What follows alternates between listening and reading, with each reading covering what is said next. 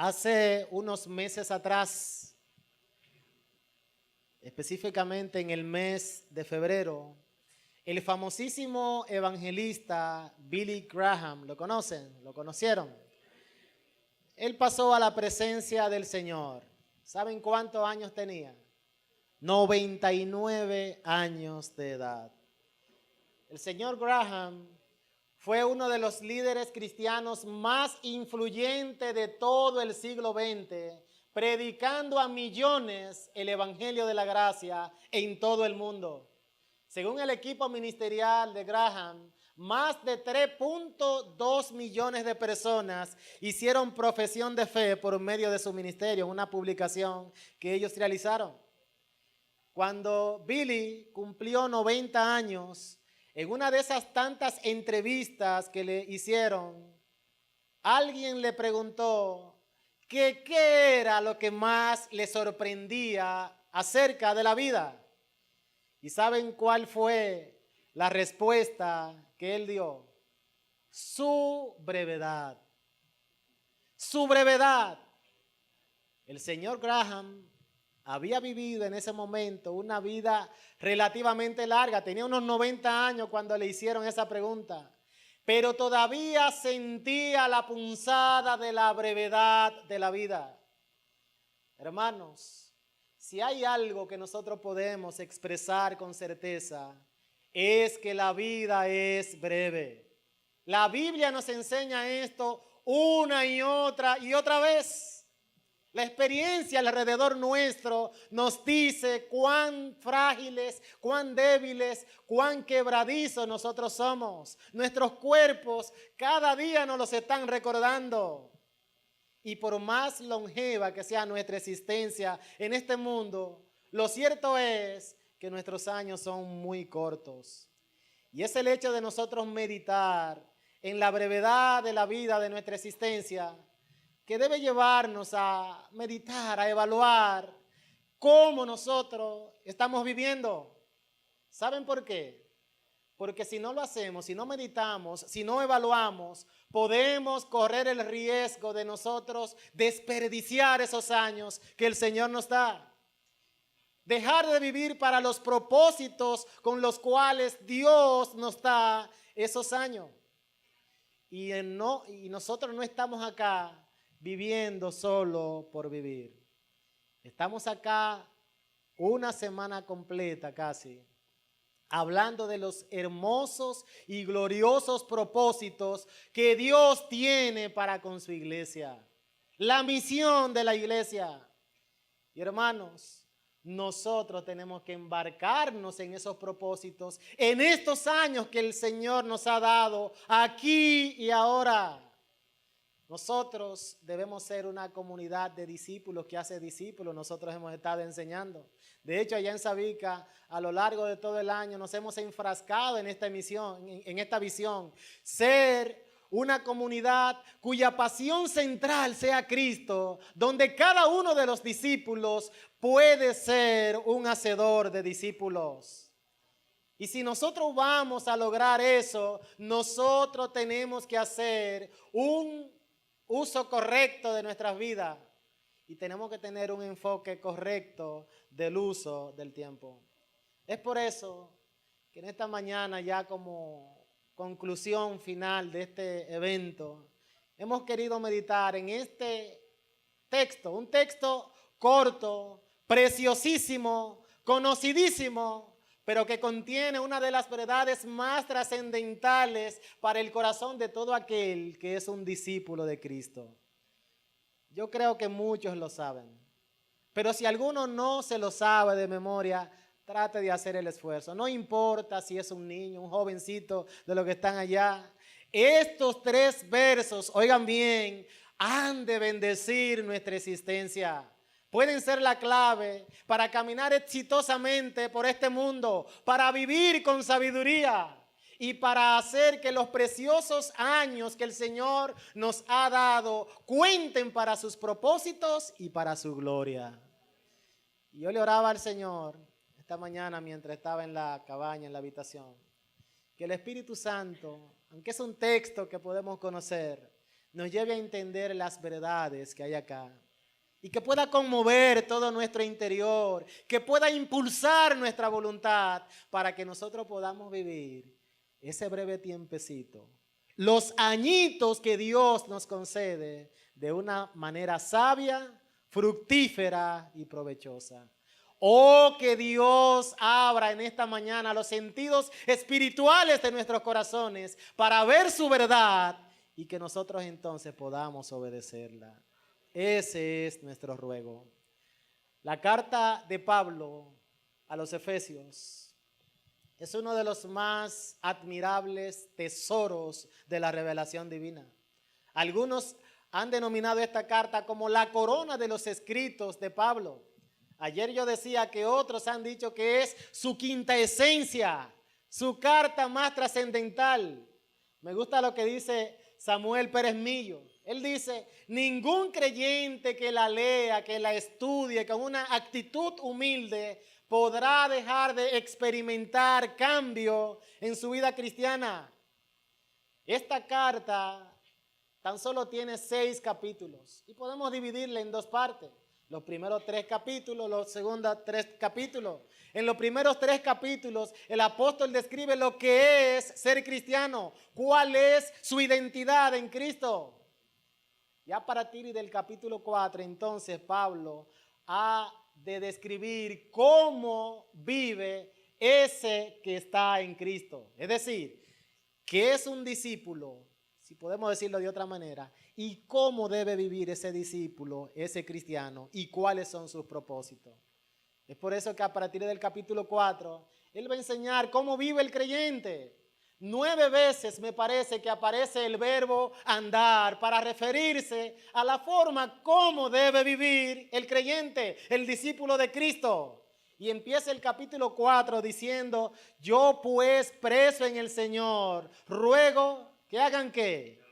Que andéis. Y recuerden, sinónimo de vivir, compórtense, condúzcanse. ¿Cómo? Como digno de la vocación con que fuisteis llamado. Vivan de acuerdo a su profesión. Y a continuación él va a describir algunas áreas en las cuales nosotros debemos conducirnos. Él va a hablar hasta el capítulo 6 casi prácticamente de cómo debe vivir un creyente. En los primeros 3 versículos del capítulo 4 él va a decir, debe ser un andar en humildad. El cristiano vive, se conduce de forma humilde. En los versículos 4 y hasta el 16 del capítulo 4, él dice que debe ser un caminar como iglesia en unidad. Se debe construir la unidad. Quizás el versículo central ahí en ese segundo punto es el versículo 13 donde dice, hasta que todos lleguemos a la unidad de la fe y del conocimiento del Hijo de Dios, a un varón perfecto, a la medida de la estatura de Cristo. Versículo 17 hasta el 32, la última parte del capítulo 4, Pablo le va a decir, deben vivir de una forma diferente. Él les dice, yo les ruego que ya no andéis, ¿alguno recuerda? Que ya no andéis como ¿quién? Como los gentiles, los que no conocen a Dios, no vivimos como ellos. Ellos andan en la vanidad de su mente, tienen el entendimiento entenebrecido, tienen un corazón duro, pero nosotros no. Tenemos que vivir diferente. Capítulo 5, los primeros 7 versículos, él le va a decir entonces, ustedes que son discípulos de Cristo, que son sus hijos, deben andar en amor. Ustedes anden en amor. Capítulo 5, y perdonen que lo estoy diciendo rápido, pero es para ubicar el contexto de lo que nosotros vamos a ver en esta mañana. El capítulo 5, versículo 8 al 14, Pablo le va a decir que deben vivir, que deben conducirse en luz. Dice el versículo 8, en otro tiempo ustedes eran tinieblas, pero ahora son ¿qué? Son luz en el Señor. Y termina ese versículo diciendo, si ustedes son luz en el Señor, andad, un verbo imperativo, andad como hijos de luz. Y ya a partir del capítulo 5, versículo 15 al 17, que es lo que vamos a ver en esta mañana, él va a hacer una exhortación, un llamado a vivir en sabiduría. El creyente vive sus años en este mundo de una forma sabia. Todo lo que él está haciendo a lo largo de este capítulo 4, 5 y hasta el 6, es diciendo que lo que nosotros somos debe verse reflejado en la vida diaria. Hermanos, la doctrina debe bajar de la cabeza a la práctica. Esto lo digo porque ayer algunos hermanos, 3, me dijeron, oye, pero hemos tenido una tremenda semana. Una hermana me dijo, lo que nosotros tenemos que hacer ahora es empezar a poner en práctica todo lo aprendido. No es saber que estamos llamados a servir y cuáles son las estrategias, es implementar ya esas estrategias. No es meramente saber, una vez más, ser recordado que tenemos que evangelizar, que hacer discípulos. Es que salgamos de este lugar dispuestos de una vez con un plan para desde mañana mismo o esta tarde cuando usted llegue a ser discípulos. La teología, la doctrina debe bajar de la cabeza, no quedarse en la mente y ser traducida en hechos. Y Pablo le está diciendo, ustedes son estos, los elegidos, los redimidos, entonces vivan como tal. Hermanos, y nosotros podemos vivir así. Nosotros podemos vivir en humildad. El mundo no. El mundo exalta el orgullo, la vanagloria. Ellos no conocen ni siquiera el significado de la humildad. El mundo no puede. Mejor celebra el orgullo. El mundo celebra las disparidades. El mundo no puede amar de forma verdadera. ¿Saben por qué? Porque ellos no tienen a Dios. Y Dios es amor. Aparte de Dios, no hay amor verdadero. El mundo no puede conocer la luz. ¿Quién es la luz? Cristo. El mundo en sí mismo es un sistema de oscuridad. Para andar en luz, los cristianos pueden porque tienen a Cristo. Y el mundo no puede conocer la sabiduría porque la sabiduría de Dios está escondida para la mente del hombre incrédulo. Entonces, todo eso es lo que sirve de contexto para el texto que nosotros estamos viendo en Efesios capítulo 5, versículo 15. Es un llamado a vivir sabiamente. Oiga bien, hermano. Un llamado a nosotros a aprovechar el tiempecito que Dios nos concede en este mundo. Es un llamado a vivir con sabiduría. Y el apóstol va a dar 3 exhortaciones para que nosotros podamos vivir sabiamente y no desperdiciemos nuestra existencia. Y la primera exhortación que él va a hacer es que se debe realizar una evaluación diligente de cómo estamos viviendo. ¿Cuál es la primera? Una evaluación diligente de cómo estamos viviendo. ¿Cómo inicia el versículo? Mirad pues con diligencia cómo andéis, no como necios, sino como salvos. Literalmente le está diciendo, miren, consideren, deténganse, hagan un juicio para que ustedes vean cómo están viviendo. Es como si estuviésemos caminando por un campo minado y que nosotros no podemos atravesar por ese campo de una manera sin tener cuidado, descuidada. Tenemos que atravesarlo con cuidado, no es un prado de margarita. Tenemos que ver cómo estamos caminando. Hermanos, y antes de ver, esa evaluación no pasa porque sí.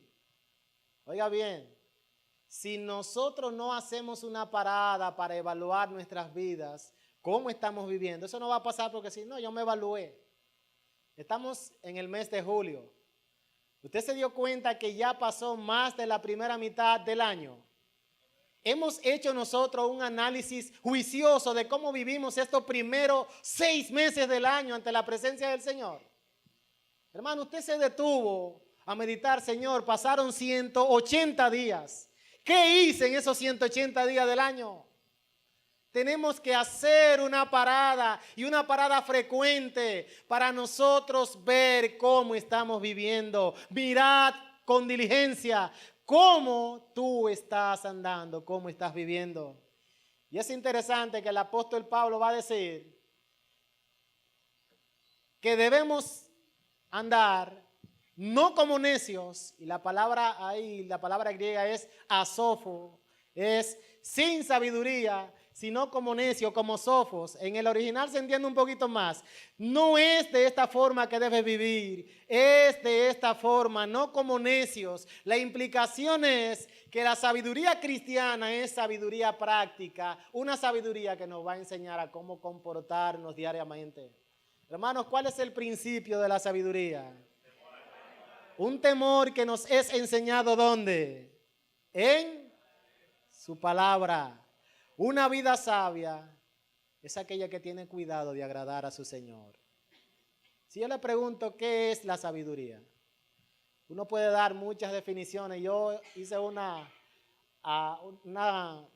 definición breve. La sabiduría es la verdad bíblica aplicada a los asuntos diarios de la vida. Eso es sabiduría. Conocer la verdad bíblica y ponerla en práctica todos los días. Conocer que debo evangelizar y empezar a evangelizar. Conocer que debo hacer discípulo y empezar a ser discípulo. Conocer que debo servir y empezar a servir. Eso es la sabiduría, la verdad de Dios aplicada a la vida diaria. De ahí la importancia que nosotros podamos evaluar cómo estamos viviendo.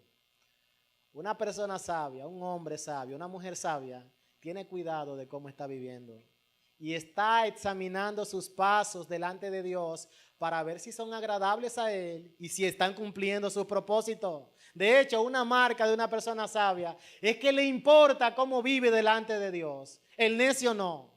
El sabio que quiere agradar a Dios le importa cómo está actuando. Y miren, hermanos, vuelvo y digo, si nosotros no evaluamos cómo vivimos, podemos estar corriendo el riesgo de desperdiciar nuestras vidas y no darnos cuenta. ¿Qué dice Pablo? Mirad pues con diligencia cómo andéis. ¿Estamos viviendo como necios o estamos viviendo como sabios? Entonces ahí nosotros tenemos la primera exhortación de Pablo para vivir una vida sabia. Pero también él va a añadir algo más. Una persona sabia evalúa sus pasos para ver cómo vive, pero también una persona sabia, ¿qué hace? Vas a vivir con sabiduría, ¿qué tienes que hacer? Dice el versículo 16, ahí está la razón. Mirad pues con diligencia cómo andéis, no como necios, sino como sabios. ¿Haciendo qué? Aprovechando bien el tiempo, porque los días son malos. Y ese verbo que Pablo traduce ahí como aprovechar, literalmente puede ser traducido como redimir, comprar. En el contexto de sacarle el máximo provecho a algo, en este caso, al tiempo. De paso, es bueno aclarar que en el idioma griego también hay dos palabras que pueden ser traducidas como tiempo. Una es la palabra cronos, que es la palabra utilizada para medir el tiempo del reloj, horas, minutos, segundos. Y otra palabra que también se traduce como tiempo es la palabra kairos, que no es tanto una sucesión de minutos, sino un periodo de oportunidad. Esa es la palabra que Pablo está utilizando en este texto. Él está diciendo, ustedes deben redimir las oportunidades, o más bien, saquen el mayor provecho de las oportunidades. Vivir sabiamente requiere que nosotros saquemos el mayor provecho de la oportunidad. Y disculpen que voy a hablar de otra palabra, la palabra oportunidad, porque es interesante ver la etimología. Viene de una palabra latina, oportu, que en la antigüedad era muy usada. Hoy también ya eso marcó la base. Pero en la antigüedad, no, los puertos no eran como ahora, esos puertos modernos que nosotros vemos. Tenían que esperar en un momento preciso para ya poder llegar a puerto seguro. La palabra oportu describía al barco que esperaba por la oportunidad. Oportu. Listo para aprovechar el momento preciso en el cual la marea podía conducirlo hacia el puerto. ¿Y saben algo? El capitán sabía que si echaba de menos esa marea, una marea alta generalmente, ese momento preciso, la nave tendría que esperar y no se sabe qué tiempo hasta que llegase la otra marea para poder llegar al puerto. ¿Saben qué es lo que queremos resaltar?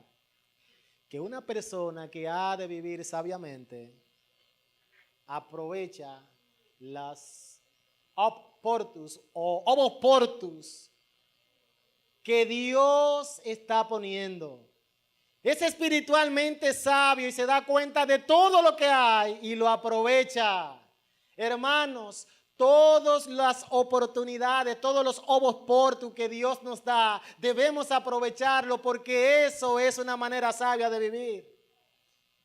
Yo hablaba de este tema allá en la iglesia y en esa semana una hermana me contaba que iba en la mañana caminando y de repente mientras está caminando ve otra señora que está caminando y entabla una conversación entre ellas.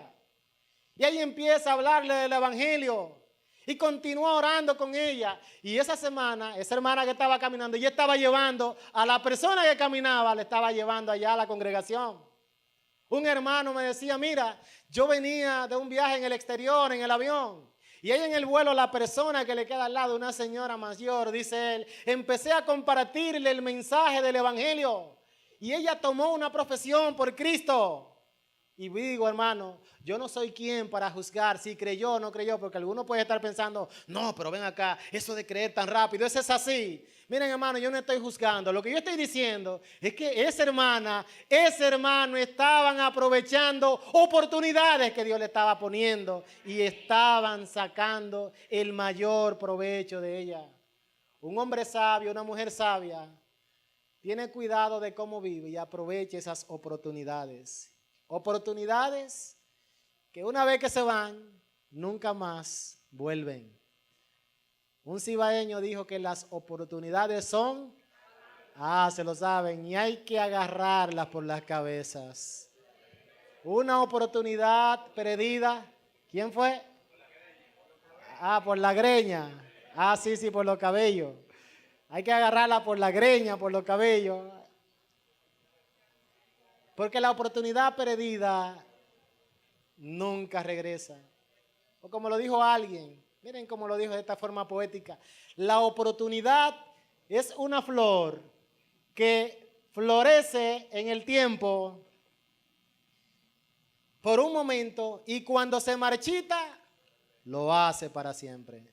Hermanos, no podemos desaprovechar. El Señor nos está colmando de oportunidades. Es para que las aprovechemos. Debemos ser sabios en esto. Miren, yo le voy a contar de este señor Jonathan Edwards. No sé cuántos han escuchado de él, pero ha sido uno de los hombres de Dios de más bendición para la vida de la iglesia. Jonathan Edwards. Y antes de cumplir 20 años, él escribió una serie, 70 resoluciones de cómo él iba a vivir su vida. Algunas de ellas, él dice, yo resuelvo que no voy a perder ni un momento de tiempo. Oigan, sino aprovecharlo en la forma más provechosa que sea posible. Resolución número 17. Resuelvo que viviré así como desearía haberlo hecho cuando llegue a la hora de la muerte. Es decir, que cuando a mí me estén velando, si yo pudiese mirar hacia atrás, yo pueda decir, así fue que yo debí vivir. Número 41, resolución.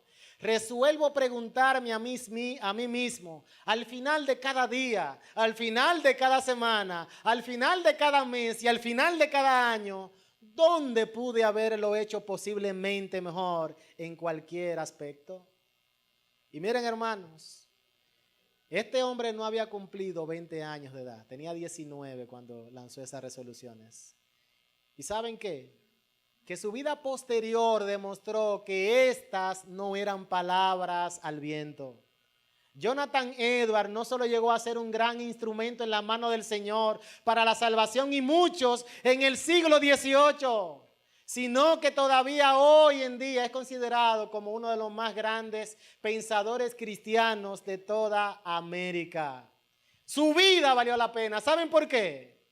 porque él se propuso no desaprovechar las oportunidades que Dios le daba, sino bajo la guía y el poder de su Espíritu, aprovecharlas para honra y gloria del Señor. Hermanos, ¿se puede decir esto de nosotros? Se puede decir en el día de nuestro funeral, las personas que nos conocieron pueden decir, oye, la vida de Juan José realmente fue una vida que valió la pena ser vivida. Hermano, vuelvo y pregunto, ¿estamos aprovechando las oportunidades? ¿Estamos aprovechando el tiempo? Hermano querido, mi hermana, hay muchas virtudes que desarrollar. Hay muchos pecados que mortificar.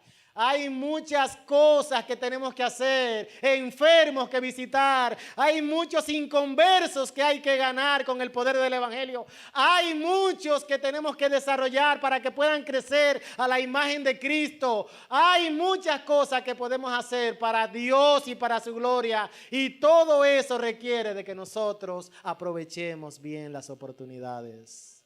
Para la gloria de Dios. Para que nosotros podamos decir como el apóstol Pablo, para mí la vida se resuelve a una sola expresión, se resume. ¿Cuál es? Para mí el vivir es Cristo.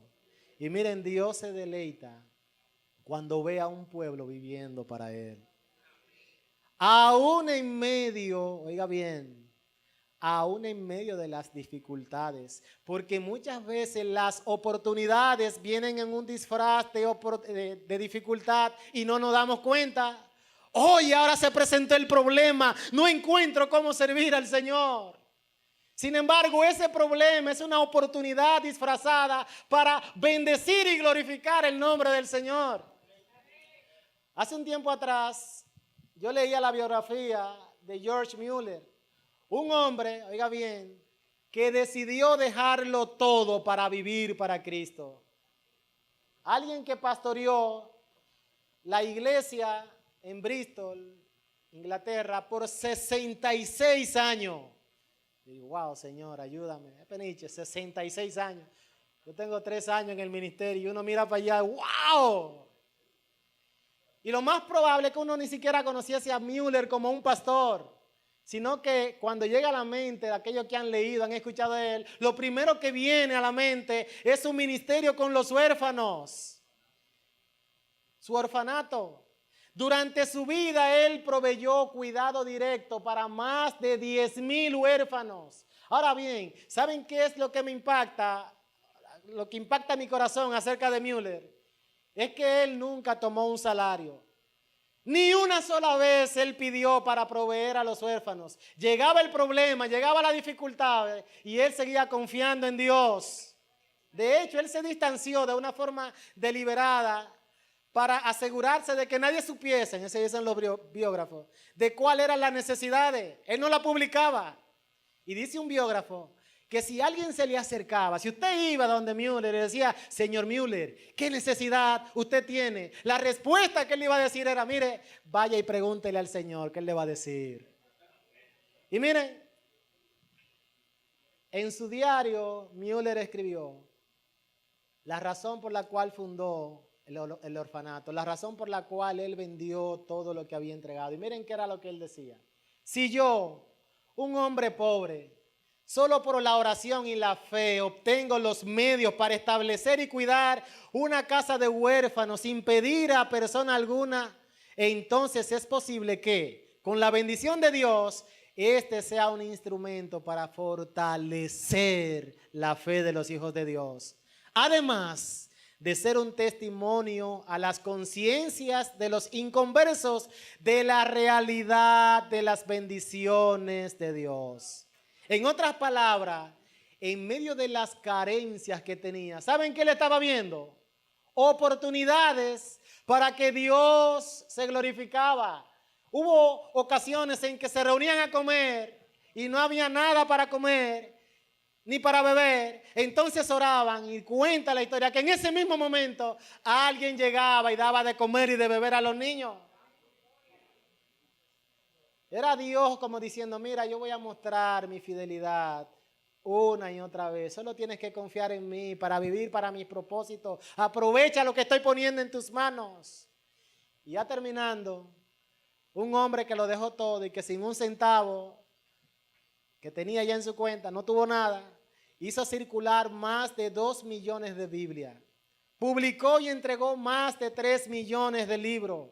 Dio miles de dólares de ayuda a misioneros en alta mar, y para el final de su vida, este hombre que nunca había solicitado dinero, había entregado una cantidad con un valor aproximado de 7.5 millones de dólares en el siglo XIX, hermano. Llévelo a la actualidad.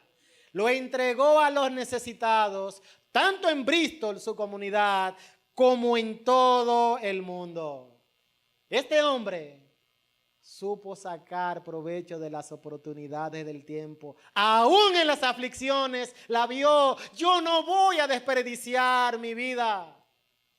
Hermanos, tenemos que aprovechar el tiempo y las oportunidades. Un hombre sabio no malgasta su vida. Ahora no es que yo voy a pasar todo el tiempo jugando. Muchas veces nosotros los jóvenes nos gusta estar ahí todo el tiempo en Candy Crush, en las redes sociales. Déjame ver Facebook, digo, ya Facebook se fue a un lado. Instagram, déjame ver el Snapchat, déjame ver todo, pero estoy perdiendo el tiempo muchas veces. Decía John Piper que una de las grandes demostraciones que van a hacer las redes sociales delante del juicio, algo que las redes sociales van a demostrar, es que los cristianos no dejaron de obrar por falta de tiempo, sino que les sobraba mucho tiempo. Era falta de visión. La vida es breve. El hombre sabio sabe que el mañana es incierto. Hermano, nosotros no sabemos si estas son las últimas horas que nos quedan en este mundo. Yo creo que les dije en una ocasión, y muchos que me conocen saben que soy una prueba de esto. Casi pierdo mi vida llegando de la iglesia cuando unos asaltantes fueron y abriendo la marquesina de mi casa, empiezan con pistola en mano y empiezan a dispararme. Yo pude salir en la misma guagua y emprender la huida, pero quedé herido. Una bala me entró muy cerca del corazón, con mi familia. Y mi oración era: Señor, dame más tiempo, porque sé que no he vivido la vida como debía haberla vivida. En cualquier momento nosotros nos vamos. Y yo le doy gracias al Señor porque Él me concedió la oportunidad de reivindicarme. Hermanos, cuando uno predica, uno como predicador, como expositor de la palabra del Señor, yo no sé cómo le pasa a Peniche, a Costa, uno se pregunta: ¿este puede ser mi último sermón? Hermanos, esta mañana quizás pudiese ser mi última exposición. Si un ángel durante la semana viene y me dice: mira, vamos a hacer el domingo en la mañana, allá en el Crucillo, va a ser tu última predicación, ¿ustedes creen que yo voy a ser descuidado en eso? No.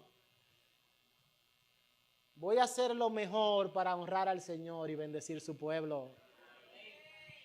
Pero mírenlo del otro lado. Eso me puede pasar a mí. Hermano, pero ¿y si fuese usted?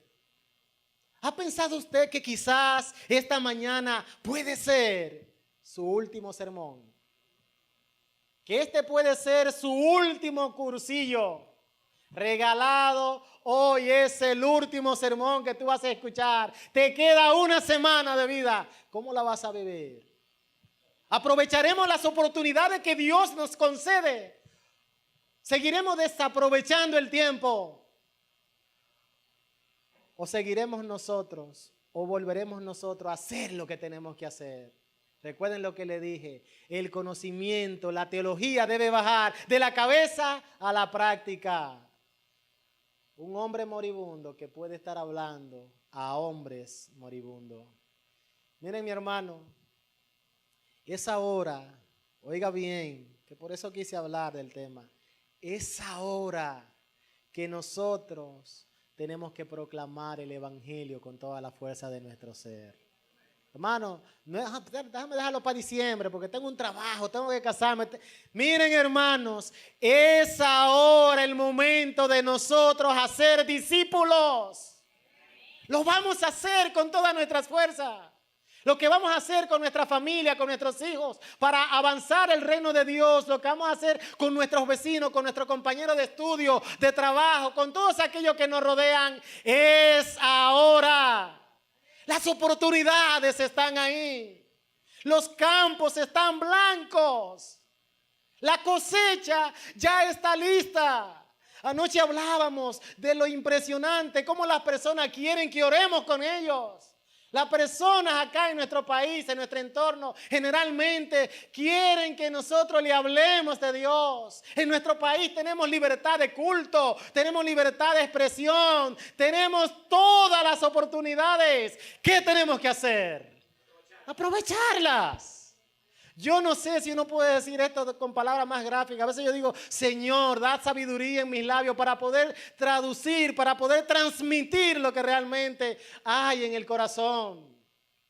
Pero tenemos que aprovechar bien el tiempo. ¿Y saben lo que dice Pablo? Él añade, tenemos que aprovechar el tiempo porque los días son malos. Y noten que Pablo no está diciendo, miren, aprovechemos el tiempo porque los días son cortos. Aprovechemos el tiempo porque los días son malos. Y yo me pregunto, si los días eran malos en aquel entonces, miren hermano, cuando uno contempla nuestra sociedad actual, alguien ha dicho, no es una sociedad, es una suciedad. Miren, para nadie es un secreto que la maldad está arropando nuestro mundo. Usted no tiene que ser un gran pensador, un gran filósofo para darse cuenta que los días son malos. Y cuando estamos hablando de malos, no estamos hablando de la crisis económica, de que son económicamente malos. Lo que está diciendo es que el pecado ha arropado por completo nuestro mundo. Estamos en un mundo perverso. Para muestra, un botón, le voy a poner varios botones. ¿Cómo está nuestro mundo? ¿Cuáles son las principales empresas, las más lucrativas, las más rentables? En primer lugar, según la revista Forbes, el mercado de tráfico de estupefacientes. Un mercado insanamente enorme. Según datos de la Oficina de Droga y Crimen Organizado de las Naciones Unidas, esta industria, que es la corona de todos los negocios ilícitos, mueve nada más y nada menos que 300 mil millones de dólares al año. Y según estadísticas, mueren más de 200 mil millones de personas por esta causa, sin decir todos los problemas que trae la droga. Tenemos el problema de la industria de la prostitución. ¿Saben cuánto mueve en un año? 108 mil millones de dólares. Tenemos la industria de la pornografía, la más grande, y esa todavía es más lucrativa, más rentable que conoce el hombre. 4.2 millones de sitios pornográficos dedicados a esa sociedad. Cerca del 30% de las búsquedas en internet son relacionadas con pornografía. Y no importa la hora, el momento, el minuto, hay aproximadamente 30 millones de personas expuestos viendo pornografía. En este minuto yo estoy predicando, el promedio, 30 millones de personas expuestos a la pornografía. Y le doy un dato más. El grupo más grande de consumidores de esta basura, de esta cloaca, son niños entre 12 y 17 años de edad. Hermanos, nuestros hijos. Y eso sin nosotros mencionar, estoy dándole alguna muestra para que ustedes vean lo malo que está este mundo.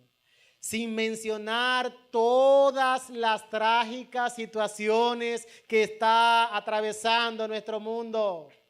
Hermanos, el pecado ha abundado. Pero ¿saben qué dice la palabra? Que cuando el pecado abundó, la gracia sobreabundó. Vivimos en un mundo malo, en un mundo oscuro, en un mundo viciado por el pecado, en un mundo sin sabor. Y como decíamos ayer, tú y yo, la iglesia, somos la única sal, la única luz que hay en este mundo. Y eso debe llevarnos a ser diligentes y a aprovechar bien el tiempo. Créanme que si nosotros somos perezosos en la proclamación del Evangelio de la Gracia, el diablo no es perezoso para propagar toda esta inmoralidad. Si somos negligentes y desaprovechamos las oportunidades, Él no lo hace. Vuelvo y digo, hermano, despertemos. Basta de desaprovechar la vida. Basta de desaprovechar nuestra fuerza, nuestro vigor. Basta aún de desaprovechar nuestros dones y talentos. Basta de desaprovechar la existencia. Los días son malos. Y Pablo está diciendo que si vamos a vivir sabiamente en esos días, en primer lugar tenemos que evaluar cómo estamos viviendo. En segundo lugar, tenemos que sacar el mayor provecho de nuestro tiempo. En tercer lugar, y ya de una manera más breve, tenemos que ser entendidos de cuál es la voluntad del Señor. Hermano, yo no quisiera tomar mucho tiempo para expandir este punto. Pero el apóstol Pablo literalmente está diciendo, miren, no sean estúpidos. Esa debería ser una traducción más literal. Sean entendidos de qué es lo que el Señor quiere para ustedes. ¿Cuál es la voluntad del Señor para la iglesia? ¿Qué es lo que Él ha expresado para su iglesia? Para mí, que soy su hijo. Para nosotros como discípulos. ¿Qué es? ¿Cuál es la voluntad que Dios tiene? Hermano, nosotros siempre vamos a descubrir la voluntad de Dios, ¿dónde? En su palabra, en la lectura y la meditación de su palabra. Para entender su voluntad tenemos que estar alineados con su palabra. Nosotros vemos que el Señor Jesucristo, justamente antes de ascender al cielo, con los suyos, allá en el monte le deja un gran encargo. Él tenía una voluntad y es lo que hemos hablado esta semana. Mateo capítulo 28, versículo 19. Si hay algo que tenían que prestar atención, momento cumbre, miren, vayan por todo el mundo, haced discípulos de todas las naciones, bautizándole en el nombre del Padre, del Hijo y del Espíritu Santo, e enseñándoles a obedecer, a guardar todas las cosas que yo les he enseñado. Hermanos, solamente la vida va a ser fructífera cuando nosotros nos alineamos con la voluntad del Señor. Esta semana nosotros hemos hablado del evangelismo, hemos hablado del discipulado, hemos hablado del servicio. Esos son frutos de una persona que quiere vivir en el centro de la voluntad del Señor. Y la voluntad del Señor, créame, que seguirá siendo buena, agradable y perfecta. De hecho, cuando nosotros nos colocamos en el centro de la voluntad del Señor, es donde nosotros, incluso como personas, como individuos, podemos encontrar la felicidad. Podemos encontrar la manera de vivir la vida sabiamente. Hermanos, uno se pregunta, cuando uno analiza la vida de uno, la vida de otros, ¿la vida de quién es un desperdicio? La vida de Mariana Carter. ¿Cuántos conocieron a Mariana Carter?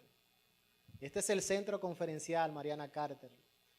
Allí en la iglesia nosotros teníamos el colegio R.J. Carter, esposo de doña Mariana. Ellos abandonaron la comodidad de su país y vinieron a vivir a un país que no le daba ninguna comodidad ni seguridad alguna, con muchas limitaciones físicas. Ella escribió un libro que se llama Memorias. Y en ese libro, Memorias, si alguno no lo tiene, lo puede conseguir. Miren, es un libro, un estímulo para nosotros vivir la vida para el Señor. En el último párrafo de ese libro, Memorias, ella ya estaba próxima a morir. Ella escribe, he vuelto a Vancouver de nuevo. Los médicos han descubierto que el cáncer ha invadido mis pulmones y mis huesos. Creo que ya estoy en los últimos días de mi vida aquí en este mundo y que dentro de poco estaré con mi Salvador, el Señor Jesucristo. ¿Y saben cuáles son las últimas palabras? Mi anhelo es este. Y está contando su historia. Que esta breve historia de mi vida les ayude, les inspire y les ayude a comprender que somos más que vencedores por medio de aquel que nos amó. Yo voy a dejarlo todo, pero voy a vivir por aquel que me amó y soy más que vencedor. Hermano, ¿la vida de quién es un desperdicio? La vida de don Pablo Clase, que se estuvo reconociendo antes de ayer, acá entregándose una placa, 60 años en el ministerio. Y sin abundar mucho, uno pregunta, ¿la vida de quién es un desperdicio? La vida de un Pascual de la Cruz que recién pasó a la presencia del Señor hace un par de años atrás. La vida de don Tato Faña, don Diego Flete, es un desperdicio. Yo pregunto a un Peniche que todavía está joven, pero uno dice, la vida de un Rafael Peniche, ¿la vida de quién es un desperdicio? La vida de muchos otros, de muchas mujeres que Dios ha colocado en medio nuestro y que uno puede verlos y decir, wow, ciertamente el Señor ha permitido que ellos puedan vivir una vida fructífera. Hermanos, cuando uno ve esos ejemplos, uno dice, pero ¿será cierto que mi vida está llevando fruto? ¿Está valiendo la pena? O que el Señor nos ayude a nosotros a hacer un análisis juicioso de cómo estamos viviendo. Hermano, todos los días debemos pensar en esto diariamente. Todos los días hay oportunidades para honrar al Señor. Oportunidades doradas. Oportunidades que debemos aprovechar al máximo. Nosotros no debemos vivir como necios, debemos vivir como sabios. ¿Saben cuál es el peor tonto? Aquel que pierde el tiempo y que deja pasar la oportunidad que no tiene retorno. Pablo dice que si quieres vivir con sabiduría, ¿qué tienes que hacer? Debes mirar bien cómo estás andando, cómo estás viviendo, no como necio, sino como sabio, aprovechando bien el tiempo porque los días son malos. Por tanto, debes ser no insensato, sino entendido de cuál sea la buena voluntad del Señor. Amados hermanos, termina el cursillo. Hemos tenido una semana en el cielo. Amén. Hemos aprendido su palabra. No salgamos a seguir almacenando conocimiento, a ser catadores de mensajes. ¡Qué bueno! ¡Qué buen mensaje! Vamos a ser nosotros hacedores de la palabra del Señor y vamos a impactar nuestro mundo, nuestro entorno, nuestras iglesias locales. Vamos a impactar con la guía y el poder del Espíritu Santo bajo la enseñanza de la palabra del Señor. Que el Señor nos ayude a hacer iglesias locales que honren y glorifiquen su nombre.